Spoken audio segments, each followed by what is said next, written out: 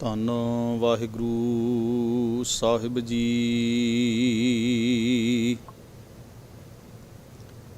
ਅੰਮ੍ਰਿਤ ਬਾਣੀ ਹਰ ਹਰ ਤੇਰੀ, ਸੁਣ ਸੁਣ ਹੋਵੇ ਪਰਮ ਗਤ ਮੇਰੀ। ਜਲਨ ਬੁਝੀ ਸੀਤਲ ਹੋਏ ਮਨੁਆ, ਸਤਿਗੁਰ ਕਾ ਦਰਸ਼ਨ ਪਾਏ ਜੀਓ।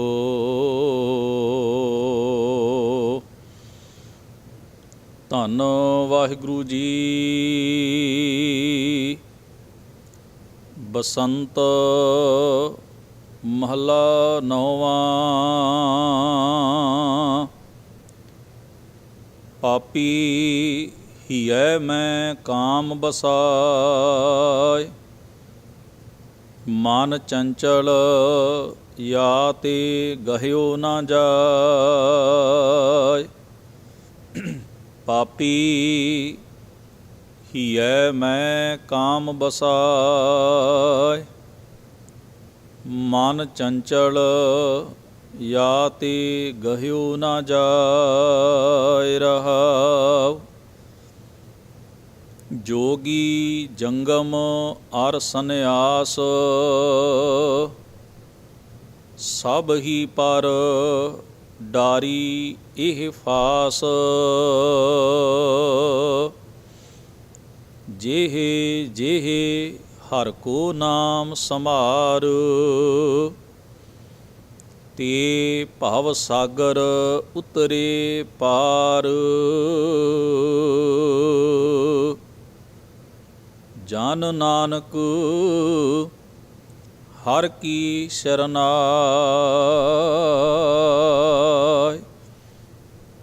ਦੀਜੈ ਨਾਮ ਰਹੈ ਗੁਣ ਗਾਇ। ਜਨ ਨਾਨਕ ਹਰ ਕੀ ਸ਼ਰਨਾਇ,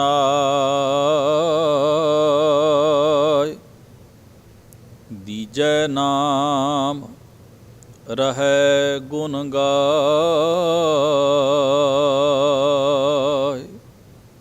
ਵਾਹਿਗੁਰੂ ਜੀ ਕਾ ਖਾਲਸਾ, ਵਾਹਿਗੁਰੂ ਜੀ ਕੀ ਫਤਿਹ। ਦੀਨ ਦੁਨੀ ਦੇ ਮਾਲਕ ਧੰਨ ਧੰਨ ਗੁਰੂ ਗ੍ਰੰਥ ਸਾਹਿਬ ਸਤਿਗੁਰੂ ਸੱਚੇ ਪਾਤਸ਼ਾਹ ਜੀ ਦੇ ਪਾਵਨ ਦਰਬਾਰ ਦੀਆਂ ਹਾਜ਼ਰੀਆਂ ਭਰਨ ਦਾ ਇਹ ਸੁਭਾਗ ਸਮਾਂ ਪ੍ਰਾਪਤ ਹੋਇਆ ਹੈ। ਨੌਵੇਂ ਪਾਤਸ਼ਾਹ ਗੁਰੂ ਤੇਗ ਬਹਾਦਰ ਸਾਹਿਬ ਸਤਿਗੁਰੂ ਦੀ ਮੁਬਾਰਕ ਬਾਣੀ ਦੇ ਵਿੱਚੋਂ ਆਪ ਜੀ ਨੇ ਗੁਰੂ ਗ੍ਰੰਥ ਸਾਹਿਬ ਮਹਾਰਾਜ ਦੇ ਅੰਕ ਨੰਬਰ 1186 ਉੱਪਰ ਜੋ ਪਾਵਨ ਸ਼ਬਦ ਦਰਜ ਹੈ, ਪਾਠ ਦੇ ਰੂਪ ਵਿੱਚ ਸਰਵਣ ਕੀਤਾ ਹੈ। ਬਸੰਤ ਮਹਲਾ ਨੌਵਾਂ। ਨੌਵੇਂ ਪਾਤਸ਼ਾਹ ਗੁਰੂ ਤੇਗ ਬਹਾਦਰ ਸਾਹਿਬ ਜੀ ਦਾ ਸ਼ਬਦ ਰਾਗ ਬਸੰਤ ਦੇ ਵਿੱਚ। ਗੁਰੂ ਗ੍ਰੰਥ ਸਾਹਿਬ ਜੀ ਦੀ ਬਾਣੀ ਵਿੱਚ ਜਿੱਥੇ ਸਤਿਗੁਰੂ ਨੇ ਚੰਗੇ ਗੁਣਾਂ ਦੀ ਚਰਚਾ ਕੀਤੀ ਹੈ, ਜਿਸ ਨੂੰ ਦੈਵੀ ਗੁਣ ਕਿਹਾ ਹੈ, ਦਇਆ, ਧਰਮ, ਸਤ, ਸੰਤੋਖ, ਪਰਉਪਕਾਰ ਇਤਿਆਦਿਕ, ਉੱਥੇ ਸਤਿਗੁਰੂ ਮਹਾਰਾਜ ਨੇ ਵਿਸ਼ੇ ਔਰ ਵਿਕਾਰਾਂ ਭਾਵ ਅਵਗੁਣਾਂ ਦੀ ਵੀ ਖੁੱਲ੍ਹ ਕੇ ਚਰਚਾ ਕੀਤੀ ਹੈ। ਕਿਉਂਕਿ ਮਨੁੱਖ ਨੂੰ ਦੋਵਾਂ ਪਾਸਿਆਂ ਦਾ ਗਿਆਨ ਹੋਣਾ, ਦੋਵਾਂ ਪਾਸਿਆਂ ਦੀ ਸਮਝ ਹੋਣੀ ਬੜੀ ਲਾਜ਼ਮੀ ਹੈ। ਜੇ ਮਨੁੱਖ ਨੂੰ ਅੰਮ੍ਰਿਤ ਦੀ ਭਾਵ ਚੰਗੀ ਚੀਜ਼ ਦੀ ਸੋਝੀ ਨਹੀਂ ਤਾਂ ਉਹ ਉਹਦੀ ਕਦਰ ਨਹੀਂ ਕਰੇਗਾ। ਜੇ ਮਨੁੱਖ ਨੂੰ ਜ਼ਹਿਰ ਦੀ ਮਾੜੀ ਚੀਜ਼ ਦਾ ਗਿਆਨ ਨਹੀਂ ਤਾਂ ਉਸ ਤੋਂ ਬਚ ਨਹੀਂ ਸਕੇਗਾ। ਵਿਵੇਕ, ਜਿਸ ਨੂੰ ਗੁਰਬਾਣੀ ਦੇ ਵਿੱਚ ਕਿਹਾ ਗਿਆ ਹੈ, ਮੈਂ ਦੀਜੈ ਬੁੱਧ ਵਿਵੇਕਾ। ਵਿਵੇਕ ਦਾ ਮਹੱਤਵ ਇਹ ਹੁੰਦਾ ਹੈ ਜਿੱਥੇ ਚੰਗੇ ਅਤੇ ਮਾੜੇ ਦੀ ਪਰਖ ਅਤੇ ਪਛਾਣ ਕਰਨ ਦਾ ਵੱਲ ਜਾਂ ਜੁਗਤ ਮਨੁੱਖ ਨੂੰ ਆ ਜਾਏ, ਅਤੇ ਉਹ ਤਾਂ ਹੀ ਕੀਤਾ ਜਾ ਸਕਦਾ ਜੇ ਮੁੱਢਲੇ ਰੂਪ ਵਿੱਚ ਦੋਹਾਂ ਦਾ ਕੁਝ ਨਾ ਕੁਝ ਮਨੁੱਖ ਨੂੰ ਪਤਾ ਹੋਵੇ, ਸਮਝ ਹੋਵੇ, ਸੋਝੀ ਹੋਵੇ। ਚੰਗੇ ਦਾ ਵੀ ਇੱਕ ਪੱਖ ਪਤਾ ਹੋਵੇ, ਮਾੜੀ ਚੀਜ਼ ਦਾ ਵੀ ਕੋਈ ਪੱਖ ਪਤਾ ਹੋਵੇ। ਸੋ ਸਤਿਗੁਰੂ ਸੱਚੇ ਪਾਤਸ਼ਾਹ ਮਹਾਰਾਜ ਨੇ ਬਾਣੀ ਦੇ ਅੰਦਰ ਬਹੁਤ ਸਾਰੇ ਐਸੇ ਅਵਗੁਣਾਂ ਦੀ ਚਰਚਾ ਵੀ ਕੀਤੀ ਹੈ ਜਿਨ੍ਹਾਂ ਨੂੰ ਵਿਕਾਰ ਵੀ ਲਿਖਿਆ, ਜਿਨ੍ਹਾਂ ਨੂੰ ਸਤਿਗੁਰੂ ਨੇ ਦੂਤ ਵੀ ਲਿਖਿਆ, ਹੋਰ ਵੀ ਬਹੁਤ ਸਾਰੇ ਸ਼ਬਦਾਂ ਨਾਲ ਜਿਨ੍ਹਾਂ ਬਾਬਤ ਗੁਰਬਾਣੀ ਵਿੱਚ ਬਿਆਨ ਕੀਤਾ ਗਿਆ।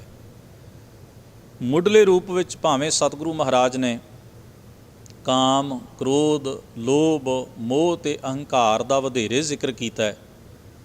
ਇਸ ਦੇ ਨਾਲ ਨਾਲ ਆਸਾ, ਮਨਸਾ, ਤ੍ਰਿਸ਼ਨਾ, ਈਰਖਾ, ਅਹਿਰਖਵਾਦ ਇਤਿਆਦਿਕ, ਮੇਰ ਤੇਰ, ਭੇਦ ਭਾਵ, ਹੋਰ ਬਹੁਤ ਸਾਰੀਆਂ ਚੀਜ਼ਾਂ ਦੀ ਚਰਚਾ ਗੁਰਬਾਣੀ ਦੇ ਵਿੱਚ ਸਤਿਗੁਰੂ ਨੇ ਕੀਤੀ ਹੈ।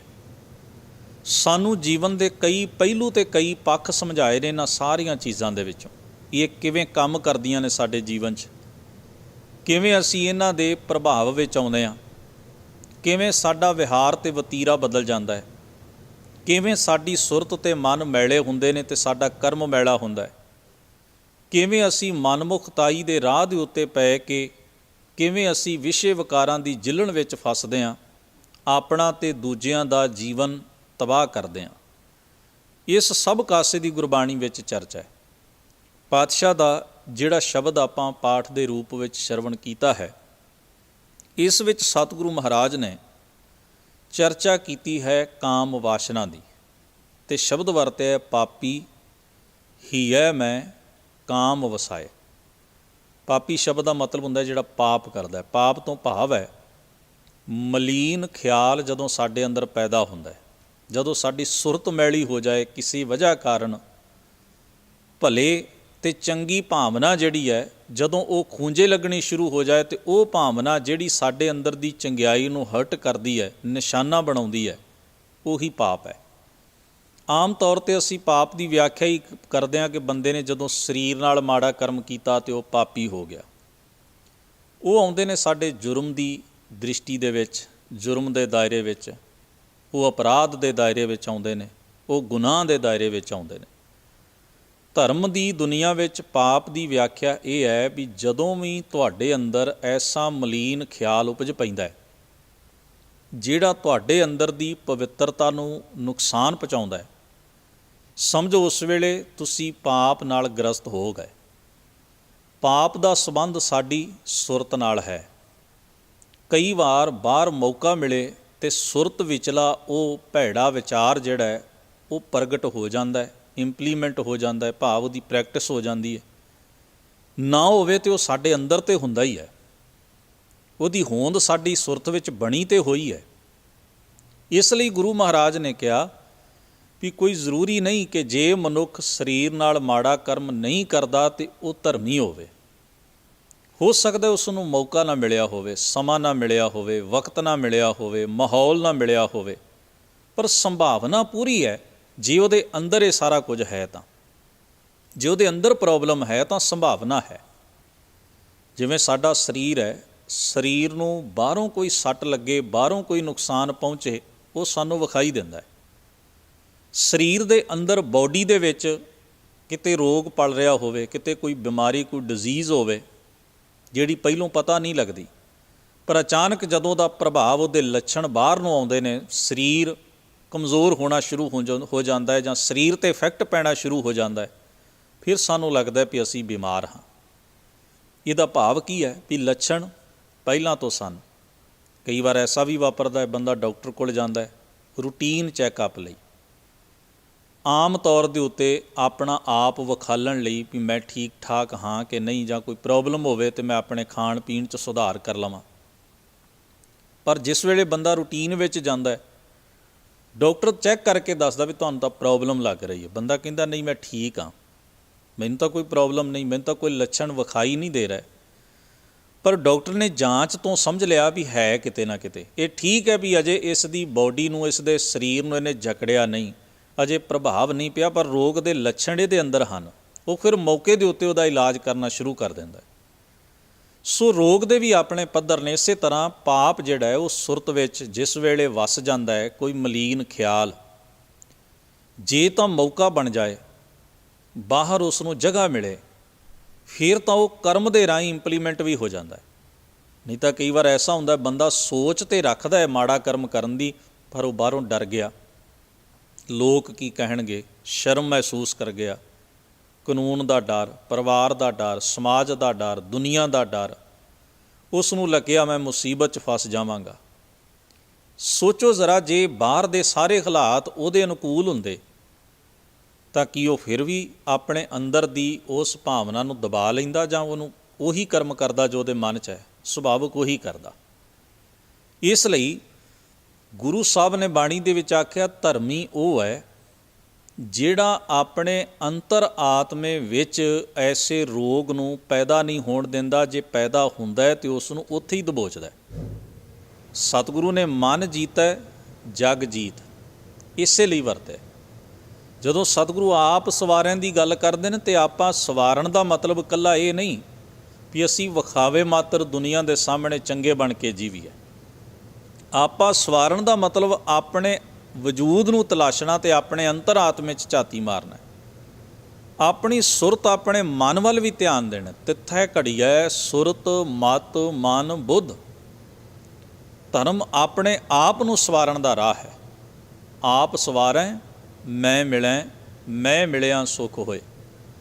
ਤੋ ਗਰੀਬ ਨਵਾਜ ਇਸੇ ਕਰਕੇ ਕਹਿੰਦੇ ਨੇ, ਜਨ ਨਾਨਕ ਬਿਨ ਆਪਾ ਚੀਨੈ ਮਿਟੈ ਨਾ ਭਰਮ ਕੀ ਕਾਈ।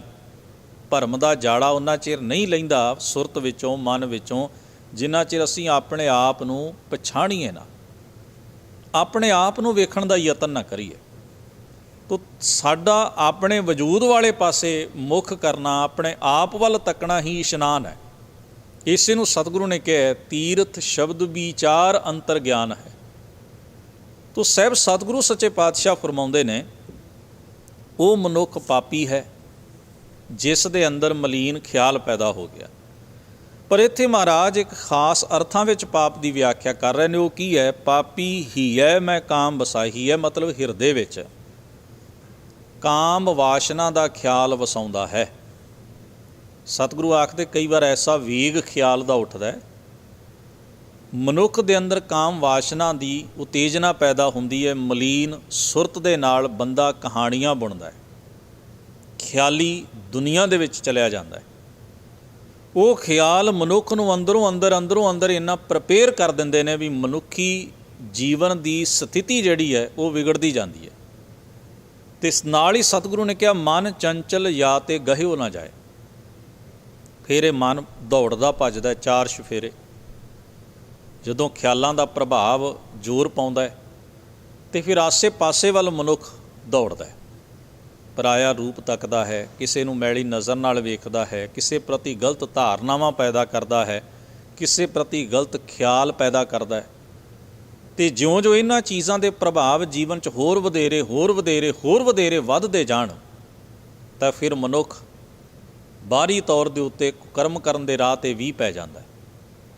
ਸਾਹਿਬ ਸਤਿਗੁਰੂ ਇਸੇ ਕਰਕੇ ਬਾਣੀ 'ਚ ਆਖਦੇ, ਫਿਰ ਰਿਸ਼ਤੇ ਨਾਤੇ ਧਰਮ ਦੀਨ ਚੰਗਿਆਈ ਕਿਰਦਾਰ ਸਭ ਦਾਅ 'ਤੇ ਲੱਗ ਗਿਆ। ਮਹਾਰਾਜ ਬਾਣੀ ਦੇ ਵਿੱਚ ਆਖਦੇ ਨੇ, ਹੇ ਕਾਮੰ ਨਰਕ ਬਿਸਰਾਮੰ।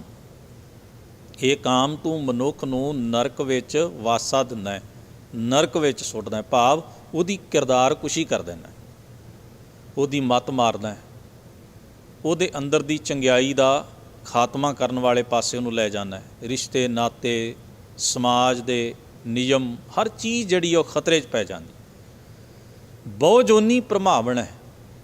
ਬੰਦੇ ਨੂੰ ਸੁਰਤ ਕਰਕੇ ਤੂੰ ਕਈ ਰੂਪ ਬਦਲਣ ਦੇ ਉੱਤੇ ਕਈ ਤਰ੍ਹਾਂ ਦੀਆਂ ਉਹਨੂੰ ਮਾਨੋ ਤੂੰ ਜਿਵੇਂ ਕਈ ਬਹਿਰੂਪੀਆ ਬਣਾ ਦਿੰਦਾ, ਕਈ ਜੂਨਾਂ 'ਚ ਭਟਕਾਉਂਦਾ ਹੈ। ਕਦੇ ਉਹ ਕਿਹੋ ਜਿਹਾ ਵਿਹਾਰ ਕਰਦਾ ਹੈ ਆਪਣੇ ਏਮ ਦੀ ਪੂਰਤੀ ਲਈ, ਆਪਣੇ ਮਕਸਦ ਦੀ ਪੂਰਤੀ ਲਈ, ਕਦੇ ਉਹ ਕਿਹੋ ਜਿਹਾ ਵਿਹਾਰ ਕਰਦਾ ਹੈ। ਉਹ ਪਖੰਡੀ ਦੰਭੀ ਹੁੰਦਾ ਹੈ, ਧੱਕਾਖੋਰ ਹੁੰਦਾ ਹੈ, ਚੋਰ ਬਣਦਾ ਹੈ, ਜ਼ਾਲਮ ਬਣਦਾ ਹੈ।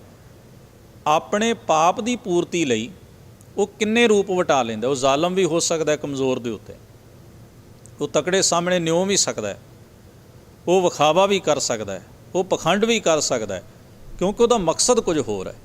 ਉਹ ਕੋਈ ਵੀ ਰੂਪ ਸਿਚੁਏਸ਼ਨ ਮੁਤਾਬਕ ਧਾਰ ਲਏਗਾ। ਇਸ ਲਈ ਮਹਾਰਾਜ ਕਹਿੰਦੇ ਨੇ, ਹੇ ਕਾਮੰ ਨਰਕ ਬਿਸਰਾਮੰ ਬਹੁ ਜੋਨੀ ਭਰਮਾਵਣ ਹੈ ਚਿਤ ਹਰਨੰ ਤ੍ਰੈ ਲੋਕ ਗੰਮਯੰ ਜਾਪ ਤਪ ਸੀਲ ਵਿਦਾਰਨ ਹੈ। ਪਾਤਸ਼ਾਹ ਕਹਿੰਦੇ ਨੇ, ਤੂੰ ਉਸ ਦੇ ਚਿੱਤ ਨੂੰ ਕੰਟਰੋਲ ਵਿੱਚ ਨਹੀਂ ਰਹਿਣ ਦਾ, ਚਿੰਤਨ ਖਰਾਬ ਕਰ ਦੇਣਾ, ਉਹਨੂੰ ਚਾਰ ਸਵੇਰੇ ਭਟਕਾਉਣਾ ਹੈ। ਜਪ ਤਪ ਸੀਲ ਉਹਦੇ ਚੰਗੇ ਗੁਣ ਜਿਹੜੇ ਨੇ ਉਹਨਾਂ 'ਤੇ ਪਰਦਾ ਪਾ ਦੇਣਾ। ਮਨੁੱਖ ਸਾਰੀਆਂ ਚੰਗਿਆਈਆਂ ਵੱਲ ਪਿੱਠ ਕਰ ਲੈਂਦਾ। ਚਿਤ ਹਰਣੰ ਤ੍ਰੈਲੋਕ ਗਮਯੰ ਜਾਪ ਤਾਪ ਸੀਲ ਵਿਦਾਰਨ ਅਲਪ ਸੁਖ ਅਵਿਤ ਚੰਚਲ। ਊਚ ਨੀਚ ਸਮਾਵਣ ਹੈ। ਅਲਪ ਜਿਹੇ ਸੁੱਖ ਦੇ ਪਿੱਛੇ, ਥੋੜ੍ਹੇ ਵਕਤ ਦੇ ਸੰਤੁਸ਼ਟੀ ਦੇ ਪਿੱਛੇ, ਸੁੱਖ ਦੇ ਪਿੱਛੇ ਮਨੁੱਖ ਵਾਸ਼ਨਾ ਦਾ ਬੱਝਾ ਹੋਇਆ, ਜਿਸ ਨੂੰ ਕਹਿੰਦੇ ਅਲਪ ਸੁੱਖ ਅਵਿਤ ਚੰਚਲ, ਭਟਕਦਾ ਹੈ। ਅਵਿਤ ਮਤਲਬ ਵਿੱਤੋਂ ਵੱਧ ਕੇ ਭਟਕਦਾ। ਇੱਕ ਹੁੰਦਾ ਸ਼ਬਦ ਵਿੱਤ, ਵਿੱਤ ਮਤਲਬ ਹੁੰਦਾ ਹੱਦ 'ਚ ਰਹਿਣਾ। ਜਿਵੇਂ ਇੱਕ ਖਿਡਾਰੀ ਕੋਲ ਗਰਾਊਂਡ ਹੈ, ਉੱਥੇ ਖੇਡ ਸਕਦਾ। ਜਿਵੇਂ ਕੋਈ ਮਨੁੱਖ ਹੈ, ਉਸ ਨੂੰ ਇੱਕ ਹੱਦ ਦਿੱਤੀ ਗਈ ਹੈ ਵੀ ਇਹ ਤੇਰੀ ਲਿਮਟ ਹੈ ਜ਼ਿੰਦਗੀ ਦੀ, ਤੇਰੇ ਰਿਸ਼ਤਿਆਂ ਦੀ। ਪਰ ਜਿਸ ਵੇਲੇ ਰਿਸ਼ਤਿਆਂ ਦੀ ਹੱਦ ਨੂੰ ਉਲੰਘ ਜਾਏ, ਆਪਣੀ ਸਮਰੱਥਾ ਤੋਂ ਵੱਧ ਕੇ ਬਾਹਰ ਨੂੰ ਜਾਏ, ਅਵਿਤ ਚੰਚਲ, ਇੰਨਾ ਭਟਕਣਾ ਵੀ ਜਿਸ ਦੀ ਸੀਮਾ ਹੀ ਕੋਈ ਨਹੀਂ। ਊਚ ਨੀਚ ਸਮਾਵਣ ਹੈ। ਸਤਿਗੁਰੂ ਆਖਦੇ ਨੇ ਫਿਰ ਕਦੇ ਉੱਚਾ ਉੱਠਦਾ, ਕਦੇ ਨੀਵਾਂ, ਭਾਵ ਭਟਕਣਾ ਵਿੱਚ ਪੈਂਦਾ। ਸਤਿਗੁਰੂ ਆਖਦੇ ਨੇ ਫਿਰ ਮਨ, ਸੁਰਤ, ਕਿਰਦਾਰ, ਅਮਲ ਟਿਕਾ ਵਿੱਚ ਨਹੀਂ ਰਹਿੰਦਾ, ਕੋਈ ਦਾਇਰਾ ਹੀ ਨਹੀਂ ਜੀਵਨ ਦਾ। ਬੇਬਹਾ ਵੇਗ ਵਿੱਚ ਤਬਾਹੀ ਪੈਦਾ ਕਰਦਾ ਹੈ, ਆਪਣੇ ਜੀਵਨ ਲਈ, ਸਮਾਜ ਲਈ, ਰਿਸ਼ਤਿਆਂ ਲਈ, ਦੁਨੀਆ ਲਈ। ਤੋ ਸਾਹਿਬ ਸਤਿਗੁਰੂ ਬਾਣੀ ਦੇ ਵਿੱਚ ਇਸ ਪੱਖ ਤੋਂ ਸਾਨੂੰ ਬਹੁਤ ਸਾਰੇ ਵਾਕ ਮਹਾਰਾਜ ਨੇ ਸਮਝਾਏ ਨੇ। ਉਸੇ ਵਿੱਚ ਹੀ ਹਜ਼ੂਰ ਕਹਿੰਦੇ ਨੇ ਮਨ ਚੰਚਲ ਜਾਂ ਤੇ ਗਹਿਓ ਨਾ ਜਾਏ। ਇਸ ਤੋਂ ਆਪਣਾ ਚੰਚਲ ਅਨਕੰਟਰੋਲ ਮਨ ਜਿਹੜਾ ਹੈ ਉਹ ਕੰਟਰੋਲ ਵਿੱਚ ਨਹੀਂ ਆਉਂਦਾ, ਕਾਬੂ ਵਿੱਚ ਨਹੀਂ ਆਉਂਦਾ। ਆਪਣੇ ਆਪ ਨੂੰ ਜਿਹੜਾ ਸੈਲਫ ਕੰਟਰੋਲ ਕਰਨ ਵਾਲੀ ਜਿਹੜੀ ਤਾਕਤ ਹੈ ਇਸ ਦੀ, ਉਹ ਛੀਨ ਹੁੰਦੀ ਜਾਂਦੀ ਹੈ, ਮੁੱਕਦੀ ਜਾਂਦੀ ਹੈ। ਸਤਿਗੁਰੂ ਜੀ ਫਰਮਾਉਂਦੇ ਨੇ ਜੋਗੀ ਜੰਗਮ ਅਰ ਸੰਨਿਆਸ। ਇੱਥੇ ਹੁਣ ਸਤਿਗੁਰੂ ਜੀ ਆਖਦੇ ਨੇ ਬਾਹਰੋਂ ਭਾਵੇਂ ਕੋਈ ਜੋਗੀ ਅਖਵਾਉਂਦਾ ਹੋਵੇ, ਭਾਵੇਂ ਕਿਸੇ ਨੇ ਕੰਨਾਂ 'ਚ ਮੁੰਦਰਾਂ ਪਾ ਕੇ, ਭਗਵਾਂ ਭੇਖ ਜਾਂ ਇਸ ਤਰ੍ਹਾਂ ਦਾ ਕੋਈ ਲਿਬਾਸ ਧਾਰ ਕੇ ਆਪਣੇ ਆਪ ਨੂੰ ਜੋਗੀ ਅਖਵਾਏ। ਜੰਗਮ ਉਹ ਲੋਕ ਹੁੰਦੇ ਨੇ ਜਿਹੜੇ ਮੋਰ ਪੰਖ ਆਪਣੇ ਸਿਰ ਦੇ ਉੱਤੇ ਬੰਨ੍ਹ ਕੇ ਥਾਂ ਥਾਂ ਦੇ ਉੱਤੇ ਟੱਲੀ ਵਜਾ ਕੇ ਮੰਗਦੇ ਅਤੇ ਗਾਉਂਦੇ ਨੇ, ਉਹ ਜੰਗਮ ਅਖਵਾਉਂਦੇ ਨੇ। ਅਰ ਸੰਨਿਆਸ, ਜਿਨ੍ਹਾਂ ਨੇ ਸੰਨਿਆਸ ਲੈ ਲਿਆ, ਭਾਵ ਜਿਹੜੇ ਗ੍ਰਸਤ ਤੋਂ ਮੁੱਖ ਮੋੜ ਗਏ, ਜਿਨ੍ਹਾਂ ਨੇ ਆਖਿਆ ਵੀ ਗ੍ਰਸਤ ਦੇ ਜੰਜਾਲ ਵਿੱਚ ਫਸਣਾ ਹੀ ਨਹੀਂ, ਇਹ ਮੋਹ ਹੈ, ਮਾਇਆ ਹੈ, ਵਿਕਾਰਾਂ ਦੀ ਜਿੱਲਣ ਹੈ, ਭਟਕਣਾ ਹੈ। ਇੱਥੇ ਮਨੁੱਖ ਮਾਇਆ ਮੋਹ ਦੇ ਵਿੱਚ ਗਲਤਾਨ ਹੋ ਜਾਂਦਾ। ਇੱਥੇ ਸਤਿਗੁਰੂ ਕਹਿੰਦੇ ਨੇ ਫਿਰ ਕੀ ਹੋਇਆ ਜੇ ਤਨ ਦੇ ਉੱਤੇ ਜੋਗੀਆਂ ਵਾਲਾ, ਜੰਗਮਾਂ ਵਾਲਾ ਜਾਂ ਸੰਨਿਆਸੀਆਂ ਵਾਲਾ ਲਿਬਾਸ ਹੈ, ਜਾਂ ਮਨੁੱਖ ਜੋਗੀ, ਜੰਗਮ, ਸੰਨਿਆਸੀ ਅਖਵਾਉਂਦਾ ਜਾਂ ਕੁਝ ਵੀ ਅਖਵਾਉਂਦਾ, ਸਭ ਹੀ ਪਰ ਡਾਰੀ ਇਹ ਫਾਸ। ਸਤਿਗੁਰੂ ਆਖਦੇ ਨੇ ਵਾਸ਼ਨਾ ਹਰ ਇੱਕ ਦੇ ਉੱਤੇ ਆਪਣੀ ਫਾਹੀ ਪਾ ਲੈਂਦੀ, ਹਰ ਇੱਕ ਦੇ ਉੱਤੇ ਆਪਣਾ ਜਾਲ ਸੁੱਟ ਲੈਂਦੀ ਹੈ। ਇਸ ਦਾ ਤੱਤ ਭਾਵ ਇਹ ਹੈ ਵੀ ਤਨ ਦੇ ਵੇਸ ਬਦਲਣ ਨਾਲ ਕੁਝ ਨਹੀਂ ਫਰਕ ਪੈਂਦਾ। ਇਹ ਤੁਹਾਡੀ ਪਛਾਣ ਹੋ ਸਕਦੇ ਨੇ। ਹਰ ਮਨੁੱਖ ਨੂੰ ਸੰਸਾਰ ਵਿੱਚ ਇਹ ਅਧਿਕਾਰ ਹੈ ਕਿ ਉਹ ਤਨ ਦੇ ਉੱਤੇ ਜਿਸ ਰੰਗ ਦਾ ਮਰਜ਼ੀ ਵਸਤਰ ਪਹਿਨ ਸਕਦਾ ਹੈ। ਇਹ ਕਿਸੇ ਸੰਸਥਾ ਦਾ ਰੂਲ ਅਤੇ ਨਿਯਮ ਹੋ ਸਕਦਾ ਹੈ, ਕਿਸੇ ਫਿਰਕੇ ਦੀ ਆਪਣੀ ਅੰਡਰਸਟੈਂਡਿੰਗ ਹੋ ਸਕਦੀ ਹੈ ਕਿ ਅਸੀਂ ਕੀ ਪਹਿਨਣਾ ਹੈ, ਕੀ ਖਾਣਾ ਹੈ, ਕਿਸ ਤਰ੍ਹਾਂ ਰਹਿਣਾ ਹੈ। ਪਰ ਜੇ ਕੋਈ ਇਹ ਆਖੇ ਵੀ ਇਸ ਤਰ੍ਹਾਂ ਤਨ ਦਾ ਆਹ ਲਿਬਾਸ ਪਹਿਨ ਕੇ ਮੇਰਾ ਮਨ ਵੀ ਵਿਕਾਰਾਂ ਤੋਂ ਮੁਕਤ ਹੋ ਸਕਦਾ ਹੈ, ਤਾਂ ਇਹ ਕਦੇ ਨਹੀਂ ਹੋਏਗਾ।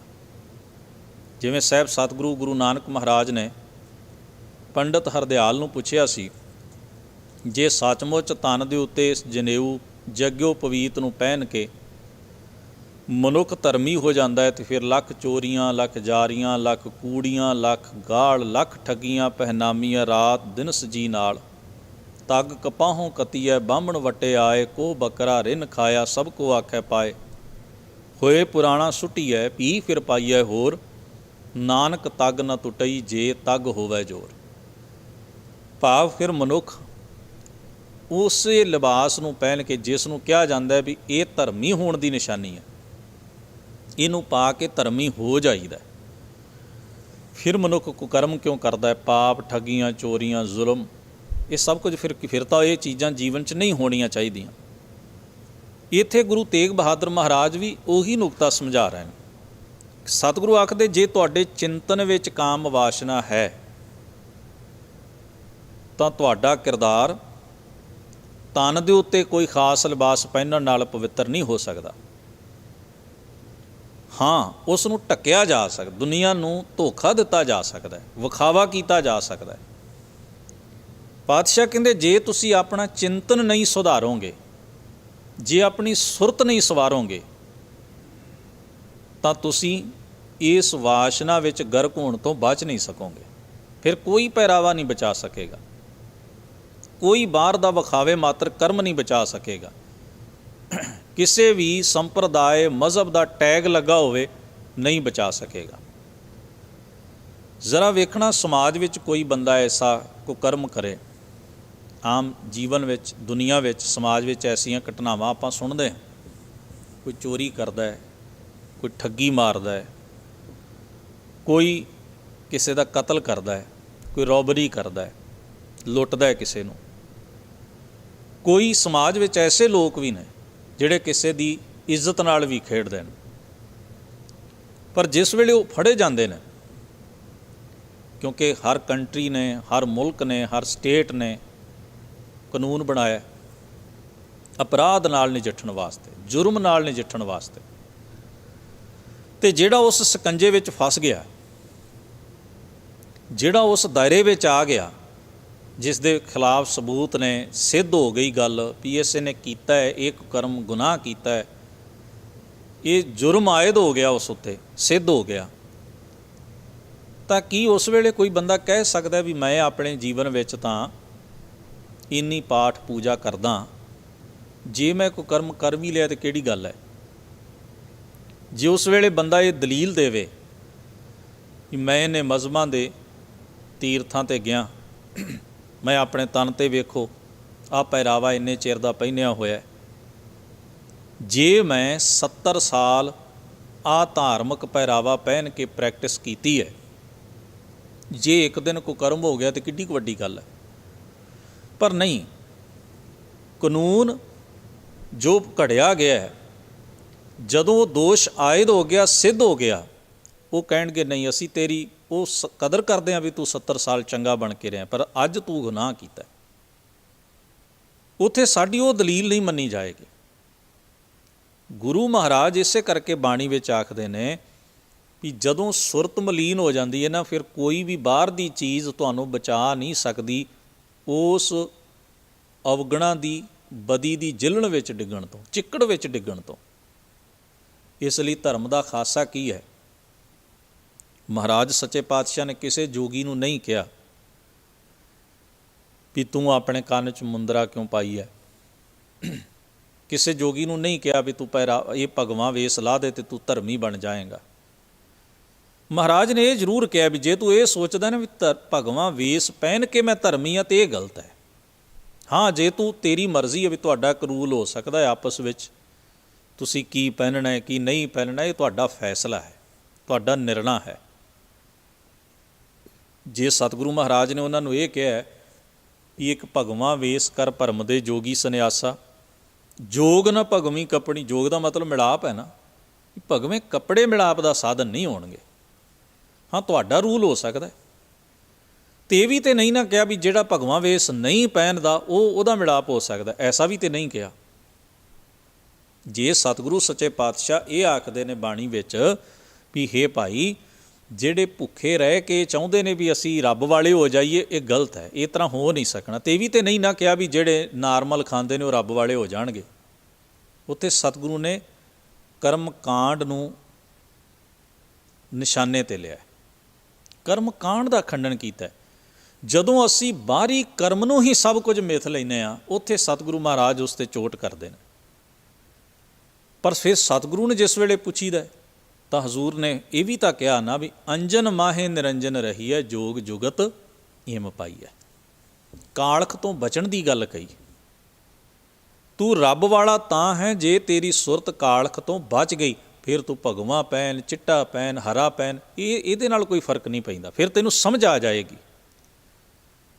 ਵੀ ਵਸਤਰਾਂ ਦਾ ਰੰਗ ਜਾਂ ਪਹਿਰਾਵਾ ਸਭ ਕੁਝ ਨਹੀਂ, ਇਹ ਤਾਂ ਰੂਲ ਨੇ, ਜਗਤ ਦੇ ਨਿਯਮ ਨੇ, ਆਪਣੇ ਆਪਣੇ ਨੇ ਸੰਸਾਰ ਤੋਂ। ਤਾਂ ਮਹਾਰਾਜ ਗੁਰੂ ਅਰਜਨ ਸਾਹਿਬ ਨੇ ਕਹਿ ਹੀ ਦਿੱਤਾ ਹੈ, ਕੋਈ ਉੱਡ ਹੈ ਨੀਲ, ਕੋਈ ਸੁਪੇਦ, ਕੋਈ ਨੀਲੇ ਪਾਏ, ਕੋਈ ਚਿੱਟੇ ਪਾਏ। ਪਰ ਗੱਲ ਕਿੱਥੇ ਨਿਬੜਨੀ ਹੈ? ਕਹੋ ਨਾਨਕ ਜਿਨ ਹੁਕਮ ਪਛਾਤਾ, ਪ੍ਰਭ ਸਾਹਿਬ ਕਾ ਤਿਨ ਭੇਦ ਜਾਤਾ।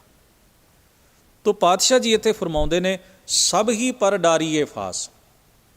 ਜੇ ਹੀਏ ਵਿੱਚ ਹਿਰਦੇ ਵਿੱਚ ਹੈ, ਵਸੀ ਹੋਈ ਹੈ ਇਹ ਗੱਲ, ਤਾਂ ਤੁਸੀਂ ਇਹਦੀ ਫਾਈ ਵੇਚੋ, ਭਾਵੇਂ ਤੁਸੀਂ ਜੋਗੀ ਹੋ, ਭਾਵੇਂ ਸੰਨਿਆਸੀ ਹੋ, ਭਾਵੇਂ ਕੁਝ ਵੀ ਹੋ, ਕਿਸੇ ਵੀ ਮਜ਼ਹਬ ਦੇ ਹੋ। ਪਾਤਸ਼ਾਹ ਫਰਮਾਉਂਦੇ ਨੇ, ਜੇ ਹਰ ਕੋ ਨਾਮ ਸਮਾਰ, ਜਿਸ ਨੇ ਹਰੀ ਦਾ, ਪਰਮੇਸ਼ਰ ਦਾ, ਕਾਲ ਪੁਰਖ ਦਾ ਨਾਮ ਸੰਭਾਲਿਆ ਹੈ, ਸਮਰਨ ਕੀਤਾ ਹੈ, ਚੇਤਾ ਕੀਤਾ ਹੈ, ਚਿੰਤਨ ਵਿੱਚ ਲਿਆਂਦਾ ਹੈ, ਤੇ ਭਵ ਸਾਗਰ ਉਤਰੇ ਪਾਰ। ਭਵ ਸਾਗਰ ਦਾ ਮਤਲਬ ਹੈ, ਸੰਸਾਰ ਨੂੰ ਸਤਿਗੁਰੂ ਨੇ ਸਮੁੰਦਰ ਨਾਲ, ਸਾਗਰ ਨਾਲ ਤੁਲਨਾ ਦਿੱਤੀ ਹੈ। ਭਵ ਸਾਗਰ ਜਿੱਥੇ ਜੰਮਣ ਮਨ, ਭਾਵ ਭਟਕਣਾ ਹੈ, ਜਿੱਥੇ ਮਾਨਸਿਕਾਤਮਕ ਭਟਕਣਾ, ਜਿੱਥੇ ਵਿਸ਼ੇ ਵਿਕਾਰਾਂ ਦੇ ਵਿੱਚ, ਅਵਗੁਣਾਂ ਵਿੱਚ ਜੀਵ ਭਟਕਦਾ ਹੈ, ਸਮਝੋ ਸਮੁੰਦਰ 'ਚ ਡਿੱਗਿਆ ਹੋਇਆ, ਤੋਂ ਨਿਕਲ ਨਹੀਂ ਸਕਦਾ। ਪਾਤਸ਼ਾਹ ਉਸ ਨੂੰ ਕਹਿੰਦੇ ਨੇ, ਜਿਸ ਨੇ ਪਰਮੇਸ਼ਰ ਦੇ ਨਾਮ ਦਾ ਚਿੰਤਨ ਕਰ ਲਿਆ, ਸਤਿਗੁਰੂ ਆਖਦੇ ਸਮਝੋ ਭਵ ਸਾਗਰ ਨੂੰ ਤਰ ਗਿਆ, ਉਹ ਮੁਕਤ ਹੋ ਗਿਆ ਵਿਸ਼ਿਆਂ ਤੋਂ, ਵਿਕਾਰਾਂ ਤੋਂ, ਅਵਗੁਣਾਂ ਤੋਂ, ਅਜਿਹੀਆਂ ਮੰਦ ਵਾਸ਼ਨਾਵਾਂ ਤੋਂ, ਮੰਦੀਆਂ ਭਾਵਨਾਵਾਂ ਤੋਂ। ਫਿਰ ਹਜ਼ੂਰ ਆਖਦੇ ਨੇ, ਜਨ ਨਾਨਕ ਹਰ ਕੀ ਸ਼ਰਨਾਏ। ਸ਼ਰਨਾਏ ਦਾ ਮਤਲਬ ਹੈ ਆਪਣਾ ਵਜੂਦ ਸਮਰਪਿਤ ਕਰਨਾ,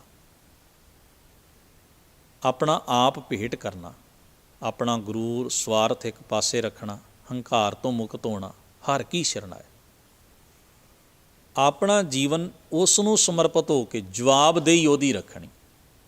ਹੁਣ ਜਿਵੇਂ ਮੈਂ ਪਹਿਲਾਂ ਅਰਜ਼ ਕੀਤੀ ਹੈ, ਪਹਿਲੀ ਪੰਕਤੀ ਦੀ ਵਿਚਾਰ ਕਰਦੇ ਹਾਂ ਵੀ ਇਹ ਠੀਕ ਹੈ, ਸਮਾਜ ਦੇ ਨਿਯਮ ਸਾਨੂੰ ਕੋਈ ਫਿਜ਼ੀਕਲੀ ਕਰਮ ਮਾੜਾ ਕਰਨ ਤੋਂ ਰੋਕਦੇ ਨੇ, ਕਾਨੂੰਨ ਸਾਨੂੰ ਰੋਕਦਾ ਹੈ, ਡਰ ਹੁੰਦਾ ਹੈ, ਭੈ ਹੁੰਦਾ ਹੈ, ਕਈ ਕੁਝ ਹੁੰਦਾ ਹੈ। ਇਹ ਆਪਣੀ ਜਗ੍ਹਾ ਦੇ ਉੱਤੇ ਠੀਕ ਨੇ, ਇਹਨਾਂ ਦੀ ਆਪਣੀ ਥਾਂ ਹੈ, ਪਰ ਜੇ ਆਦਰਸ਼ਕ ਜੀਵਨ ਘੜਨਾ ਹੋਵੇ ਤਾਂ ਉਹਦੇ ਲਈ ਜ਼ਰੂਰੀ ਹੋਏਗਾ ਵੀ ਅਸੀਂ, ਸਾਡੇ ਜੇ ਮੇਰੇ ਮਨ 'ਚ ਖੋਟ ਹੈ, ਉਹਦੇ ਲਈ ਤਾਂ ਮੈਂ ਕਿਸੇ ਨੂੰ ਜਵਾਬਦੇਹ ਨਹੀਂ ਹਾਂ ਨਾ। ਉੱਥੇ ਤਾਂ ਕੋਈ ਡਰ ਨਹੀਂ ਨਾ, ਜੋ ਮੈਂ ਮਰਜ਼ੀ ਸੋਚ ਸਕਦਾ। ਪਰ ਧਰਮ ਕਹਿੰਦਾ ਵੀ ਜੇ ਤੇਰੇ ਅੰਦਰ ਤੇਰੀ ਸੁਰਤ ਵੀ ਪਵਿੱਤਰ ਹੋ ਜਾਏ, ਜ਼ਰਾ ਸੋਚ, ਜਿੱਥੇ ਖਿਝ ਨਾ ਹੋਵੇ, ਕਿਸੇ ਨਾਲ ਨਫ਼ਰਤ ਹੀ ਨਾ ਹੋਵੇ, ਕਿਸੇ ਨਾਲ ਵੈਰ ਹੀ ਨਾ ਹੋਵੇ, ਜੇ ਤੇਰੇ ਅੰਦਰੋਂ ਇਹ ਚੀਜ਼ ਮੁੱਕ ਜਾਏ, ਉਹ ਕਿਵੇਂ? ਉਹਦੇ ਲਈ ਮੈਨੂੰ ਕਿਹਦੇ ਅੱਗੇ ਜਵਾਬਦੇਹ ਹੋਣਾ ਪਏਗਾ? ਆਪਣੇ ਸਿਰਜਣਹਾਰ ਅਕਾਲ ਪੁਰਖ ਪ੍ਰਤੀ। ਉੱਥੇ ਵੀ ਮੈਨੂੰ ਇਹ ਮੰਨਣਾ ਪਏਗਾ, ਮੈਂ ਬਾਹਰ ਦੇ ਕੋਈ ਕਰਮ ਇਸ ਕਰਕੇ ਨਹੀਂ ਕਰਦਾ ਵੀ ਮੈਂ ਜਵਾਬਦੇਹ ਹਾਂ ਕਾਨੂੰਨ ਨੂੰ, ਸਮਾਜ ਨੂੰ, ਪਰਿਵਾਰ ਨੂੰ, ਕਿਸੇ ਨਾ ਕਿਸੇ ਨੂੰ,